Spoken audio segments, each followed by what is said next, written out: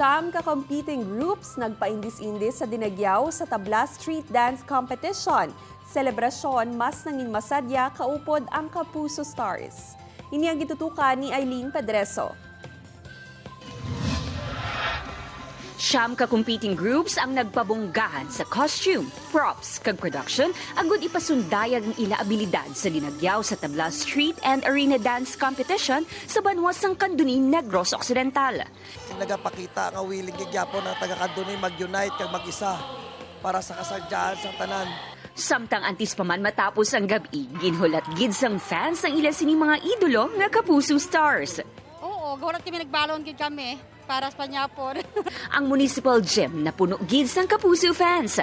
Makitaan sa ila nawong ang kasadya kag excitement nga makabanding sanday Andre Paras, Kate Valdez kag Andrea Torres.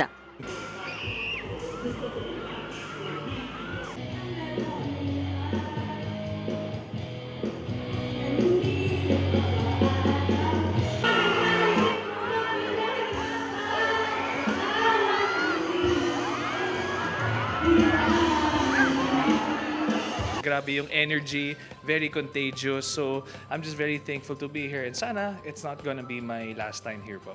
Siyempre, pag yung feeling na ngayon na ulit nakalabas, maraming mga tao, ganyan, tapos mag-perform, ang saya sa feeling, nakita ulit sila. Sobrang saya namin. Siyempre, worth it yung pagpunta namin dito. Makita lang talaga sila na masaya at makita na may ganito na ulit na sama-sama tayong nagse-celebrate, diba? Na-miss natin yung mga gantong event. Upod kay Roel Banggoy, Eileen Pedreso para sa GMA Regional TV Early Edition.